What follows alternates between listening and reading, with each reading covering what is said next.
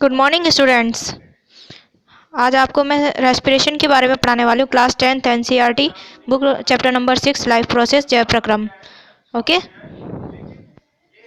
ये क्या है? फुफ्फुस में ऑक्सीजन रुधिर में प्रवेश करती है। ये मैंने आपको कल लाइन पढ़ाई थी। फुफ्फुस में ऑक्सीजन रुधिर में प्रवेश करती है, मतलब फेफड़ों में ऑक्सीजन गैस जो होती है हीमोग्लोबिन के द्वारा ब्लड में प्रवेश करती है। हृदय का मैंने हार्ट का डायग्राम एक दिखा दिया था। हार्ट का ये दूसरा डायग्राम आ गया है। ऑक्सीजन तथा कार्बन डाइऑक्साइड के परिवहन तथा विनिमय का व्यवस्थात्मक निरूपण। यह है फुफ्फुस के लिए। फुफ्फुस धमनी है, मतलब फेफड़ों के लिए। फुफ्फुस से फुफ्फुसीय शिरा, मतलब फेफड़ों से फेफड़े वाली शिरा। और फुफ्फुस कोशिकाएं, फेफड़े की कोशिकाएं। शरीर से महाशिरा, शरीर को महाधमनी। फुफ्फुस के अलावा शरीर के अंगों में कोशिकाएं। हृदय का दायां व बायां बंटवारा ऑक्सीजनित तथा विऑक्सीजनित रुधिर को मिलने से रोकने में लाभदायक होता है। इस तरह का बंटवारा शरीर को उच्च दक्षतापूर्ण ऑक्सीजन की पूर्ति कराता है। ठीक है, तो हार्ट का जो लेफ्ट राइट का जो बंटवारा होता है वो ऑक्सीजनित और विऑक्सीजनित रुधिर को ले जाने के लिए होता है। मतलब एक में तो अशुद्ध रक्त बहता है और एक में शुद्ध रक्त बहता है। इसका क्या मतलब है? एक तो फिल्टर ब्लड और एक नॉन फिल्टर ब्लड एक में जाता है। ठीक है, इस तरह का बंटवारा शरीर को उच्च दक्षतापूर्ण ऑक्सीजन की पूर्ति कराता है। इससे अपने बॉडी को हाई क्वालिटी की ऑक्सीजन, अच्छी ऑक्सीजन प्राप्त होती है। पक्षी और स्तनधारी सरीखे जंतुओं को जिन्हें ऊर्जा की आवश्यकता होती है, यह बहुत लाभदायक है, क्योंकि इन्हें और अपने शरीर का तापक्रम बनाए रखने के लिए निरंतर ऊर्जा की आवश्यकता होती है। निरंतर एनर्जी की आवश्यकता होती है इस बॉडी का टेम्परेचर बनाए रखने के लिए। उन जंतुओं में जिन्हें इस कार्य के लिए ऊर्जा का उपयोग नहीं करना होता है, शरीर का तापक्रम पर्यावरण के तापक्रम पर निर्भर करता है। तो बॉडी का टेम्परेचर किस पर निर्भर करता है? इन्वायरमेंट के टेम्परेचर पर। जैसा हमारे आसपास टेम्परेचर रहेगा वैसा ही बॉडी का रहता है लगभग। जल स्थल, वैसे ह्यूमन बॉडी का मिनिमम टेम्परेचर कितना होता है? ह्यूमन बॉडी का मिनिमम टेम्परेचर कितना होता है? 37 degree Celsius, right? 37 degree Celsius, 37 degree Celsius. Okay, शरीर का तापक्रम पर्यावरण के तापक्रम पर निर्भर करता है। जल स्थल चर या बहुत से सरीसृप जैसे जंतुओं में 3 कोष्ठीय हृदय होता है। 3 कोष्ठीय, दायां अलिंद, बायां अलिंद, दायां नीले, बायां नीले। 3 कोष्ठ का होता है, लेकिन एक मुट्ठी के आकार का। उसको 3 कोष्ठीय हृदय बोलते हैं। जल स्थल चर या बहुत से सरीसृप जैसे जंतुओं में, मानव में नहीं, अपना नहीं, ये जल में रहने वाले जीवों का होता है 3 कोष्ठीय हृदय। और ये ऑक्सीजनित तथा विऑक्सीजनित रुधिर धारा को कुछ सीमा तक मिलन भी सहन कर लेते हैं। दूसरी ओर मछली के हृदय में केवल 2 कोष्ठ होते हैं, जिन्हें क्लोम कहते हैं। क्लोम से मछलियाँ सांस लेती हैं पानी के अंदर। यहाँ से रुधिर क्लोम में भेजा जाता है, जहाँ ये ऑक्सीजनित होता है और सीधा शरीर में भेज दिया जाता है। इस तरह मछलियों के शरीर में एक चक्र में केवल एक बार ही रुधिर हृदय में आता है। तो मछलियों के शरीर में क्या होता है? एक चक्र में केवल एक बार ही रुधिर हृदय में आता है। दूसरी ओर अन्य कशेरुकी में प्रत्येक चक्र में यह 2 बार हृदय में जाता है। इसे दोहरा परिसंचरण कहते हैं। क्या कहते हैं इसे? दोहरा परिसंचरण। रक्तदाब। अब आया ब्लड प्रेशर। आपने देखा होगा, हम ज़्यादातर ये सुनते हैं कि मेरे पापा का ब्लड प्रेशर बढ़ा है, मम्मी का लो है, और चाचा का क्या है। ऐसे सुनते हैं हम घर में कि इसका ब्लड प्रेशर हाई है, इसका लो है, इसको ये हो गया, इसको ये वो हो गया।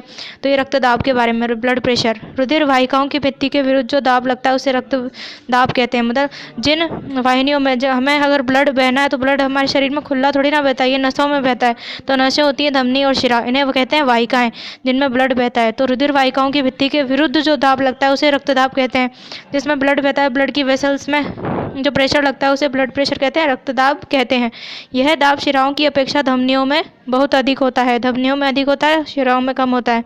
धमनी के अंदर रुधिर का दाब निलय संकुंचन के दौरान प्रकुंचन दाब तथा निलय अनुशिथिलन, मतलब शिथिलन के दौरान धमनी के अंदर का दाब अनुशिथिलन दाब कहलाता है। सामान्य प्रकुंचन दाब लगभग 120 मिलीमीटर पारा तथा अनुशिथिलन दाब लगभग 80 मिलीमीटर पारा होता है। तो सामान्य दाब, प्रकुंचन दाब कितना है? मतलब 120। मतलब हाई टेम्परेचर कितना होता है ब्लड का हाई प्रेशर कितना होता है? 120 मिलीमीटर। तथा अनुशीतलन दाब मतलब लो टेम्परेचर होता है लगभग 80 मिलीमीटर। ठीक है, तो 80 लो वाला और 120 हाई वाला।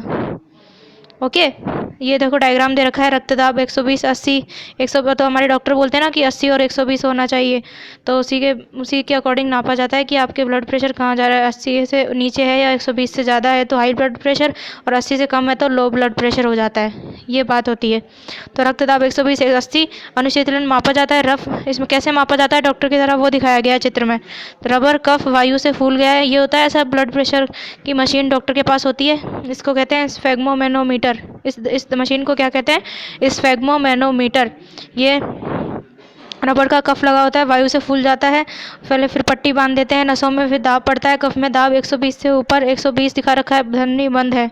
मतलब अगर 120 से ऊपर अगर ब्लड प्रेशर आ रहा है तो धमनी बंद होती है, और कफ में अगर 120 से नीचे जा रहा है तो स्टेथोस्कोप से ध्वनि सुनी जाती है। कफ में दाब 80 से नीचे, 80 ध्वनि सुनाई नहीं देती। अगर 80 से नीचे है तो ध्वनि सुनाई नहीं देती ब्लड जाने की आने की। इस फाइग्मो, मैंने आपको बताया था ब्लड प्रेशर नापने की मशीन फाइग्मो मैनोमीटर मैनोमीटर होता है, आ गया। इस फाइग्मो मैनोमीटर नामक यंत्र से रक्तदाब नापा जाता है, इसको याद रख लीजिएगा। डॉक्टर के पास जो मशीन होती है इसको फाइग्मो मैनोमीटर कहते हैं।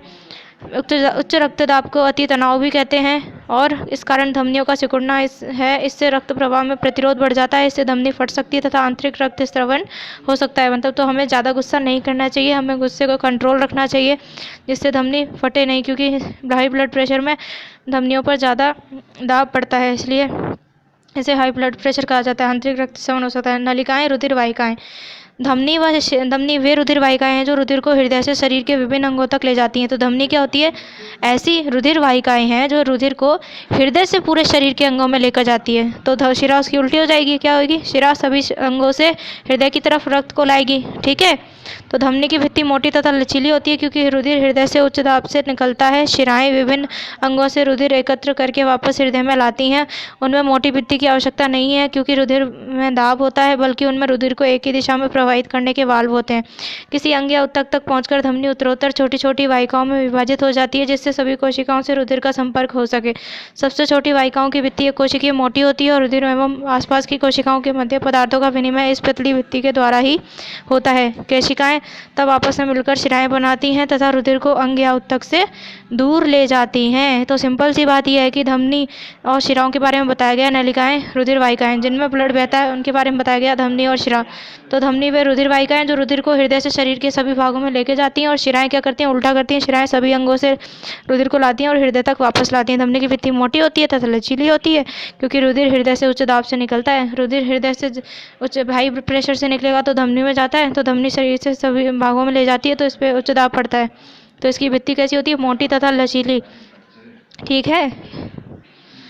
शिराएं विभिन्न अंगों से रुधिर एकत्र करके वापस हृदय में लाती हैं। आ गई मेरी बात? शिराएं विभिन्न अंगों से रुधिर एकत्र करके वापस हृदय में लाती हैं। उनमें मोटी भित्ति की आवश्यकता नहीं होती क्योंकि रुधिर में दाब होता है, बल्कि उनमें रुधिर को एक ही दिशा में प्रवाहित करने के लिए वाल्व होते हैं।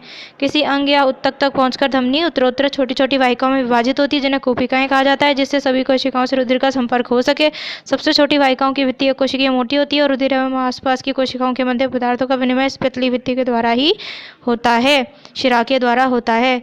केशिकाएं तब आपस में मिलकर शिराएं बनाती हैं तथा रुधिर को अंग या ऊतक से दूर ले जाती हैं। प्लेटलेट्स द्वारा अनुरक्षण। प्लेटलेट्स द्वारा अनुरक्षण कैसे होता है? इन नलिकाओं में के तंत्र में यदि रिसना प्रारंभ हो जाए तो क्या होगा? उस स्थिति पर विचार कीजिए जब हम घायल हो जाएं और रक्तस्राव होने लगे। तंत्र से रुधिर की हानि प्राकृतिक रूप से कम होनी चाहिए। इसके अतिरिक्त रक्तस्राव से दाब में कमी आ जाएगी जिससे पंपिंग प्रणाली की दक्षता में कमी आ जाएगी। इसे रोकने के लिए रुधिर में प्लेटलेट्स कोशिकाएं होती हैं जो पूरे शरीर में भ्रमण करती हैं और रक्तस्राव के स्थान पर रुधिर का थक्का बनाकर मार्ग अवरुद्ध कर देती हैं। रुधिर का थक्का कौन बनाती है? Blood platelets. ब्लड में धमनी, शिरा, ब्लड प्लेटलेट्स मतलब रुधिर वाहिकाएं, प्लेटलेट्स, धमनी, शिरा, हीमोग्लोबिन, माइटोकॉन्ड्रिया, सब कुछ इसमें पाया जाता है। सेल, कोशिका सब रक्त में ही होता है जो हमारे पूरे शरीर को चलाता है। लसिका। लसिका एक अन्य प्रकार का द्रव है जो वहन में भी सहायता करता है। इसे लसिका या उत्तक तरल कहते हैं। केशिकाओं की भित्ति में उपस्थित छिद्रों द्वारा कुछ प्लाज्मा प्रोटीन तथा रुधिर कोशिकाएं बाहर निकलकर उत्तक के अंतरकोशिकीय अवकाश में आ जाते हैं। तो लसिका क्या होता है? एक प्रकार का फ्लूइड है, द्रव है जो वहन में भी सहायता करता है, तो आने जाने में, ब्लड को आने जाने में हेल्प करता है। इसे लसिका या उत्तक तरल कहते हैं। केशिकाओं की भित्ति में उपस्थित छिद्रों द्वारा कुछ प्लाज्मा प्रोटीन तथा रुधिर कोशिकाएं बाहर निकलकर उत्तक के अंतरकोशिकीय अवकाश में आ जाते हैं तथा उत्तक तरल या लसिका का निर्माण करते हैं। प्रोटीन तथा रुधिर केशिकाएं बाहर निकलकर प्रोटीन और रुधिर केशिकाएं प्लाज्मा बाहर निकलकर उत्तक के अंतरकोशिकीय अवकाश में पहुंच जाते हैं तथा उत्तक तरल या लसिका का निर्माण करते हैं। तो लसिका बनता कैसे है?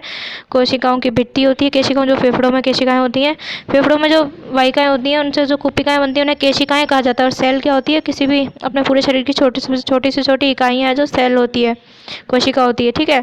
फेफड़ों की केशिका होती है और अपने सेल की सेल जो होता है वो शरीर का जो ये शरीर का संरचनात्मक और रचनात्मक इकाई है वो कोशिका होती है और फेफड़ों की केशिका होती है। तो केशिकाओं के भित्ति में उपस्थित छिद्रों द्वारा, उसमें जो छिद्र होते हैं उनके द्वारा कुछ प्लेज्मा, प्रोटीन तथा रुधिर कोशिकाएं बाहर निकलकर उत्तक के अंतरकोशिकीय अवकाश में आ जाते हैं तथा उत्तर तरल या लसिका का निर्माण करते हैं। यह रुधिर के प्लेज्मा की तरह ही है, लेकिन यह रंगहीन तथा इसमें अल्प मात्रा में प्रोटीन होता है। क्या होता है? प्रोटीन। रुधिर के प्लाज्मा की तरह ही लसिका में रंगहीन तथा इसमें प्रोटीन होता है। लसिका अंतर कोशिकीय अवकाश से लसिका कोशिकाओं में चला जाता है, जो आपस में मिलकर बड़ी लसिका वाहिका बनाती है और अंत में बड़ी शिरा में खुलती है। पचा हुआ तथा शुद्धांत द्वारा अवशोषित वसा का वहन लसिका द्वारा होता है और अतिरिक्त तरल को बाह्य कोशिकीय अवकाश से वापस रुधिर में ले जाता है। पादपों में परिवहन। हम पहले चर्चा कर चुके हैं कि पादप किस तरह CO2 शरीर के सरल यौगिक बनाते हैं, लेते हैं और प्रकाश संश्लेषण द्वारा ऊर्जा का भंडारण क्लोरोफिल युक्त अंगों विशेष रूप से पत्तियों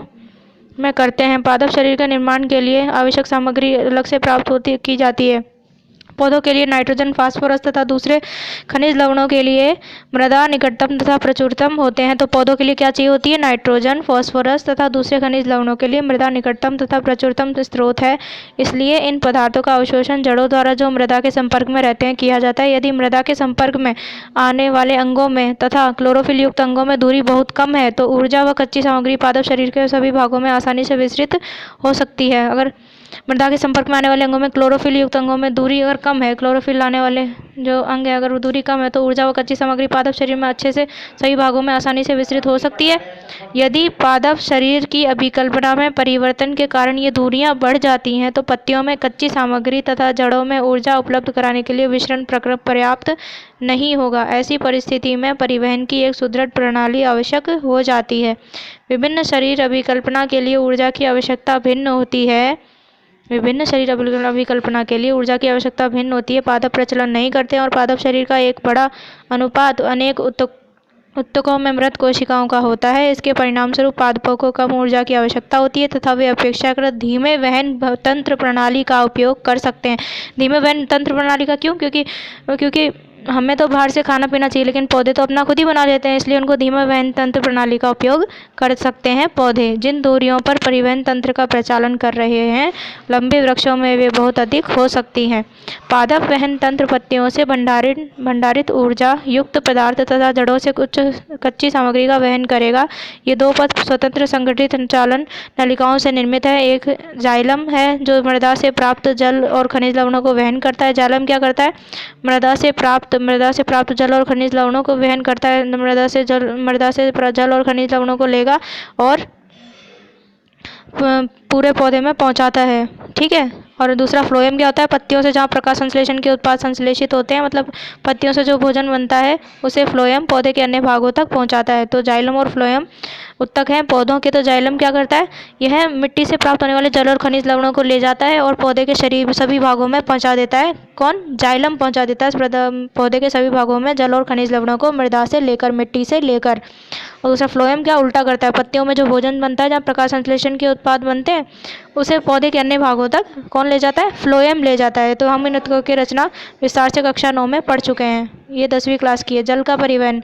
जाइलम उत्तक में जड़ों, तनों और पत्तियों की वाहिनिकाएं तथा वाहिकाएं आपस में जुड़कर, जाइलम उत्तक में होता क्या है? जड़ों, तनों और पत्तियों की वाहिनिकाएं तथा वाहिकाएं आपस में जुड़कर जल संवहन वाहिकाओं का एक सतत जाल बनाती हैं जो पादप के सभी भागों से संबद्ध होता है। जड़ों की कोशिकाएं मृदा के संपर्क में हैं तथा वे सक्रिय रूप से आयन प्राप्त करती हैं। यहाँ जड़ और मृदा के मध्य आयन सांद्रण में एक अंतर उत्पन्न करता है। इस अंतर को समाप्त करने के लिए मृदा से जल जड़ में प्रवेश कर जाता है। इसका अर्थ है कि जल अनवरत गति से जड़ के जाइलम में जाता है और जल के स्तंभ का निर्माण करता है जो लगातार ऊपर की ओर धकेला जाता है।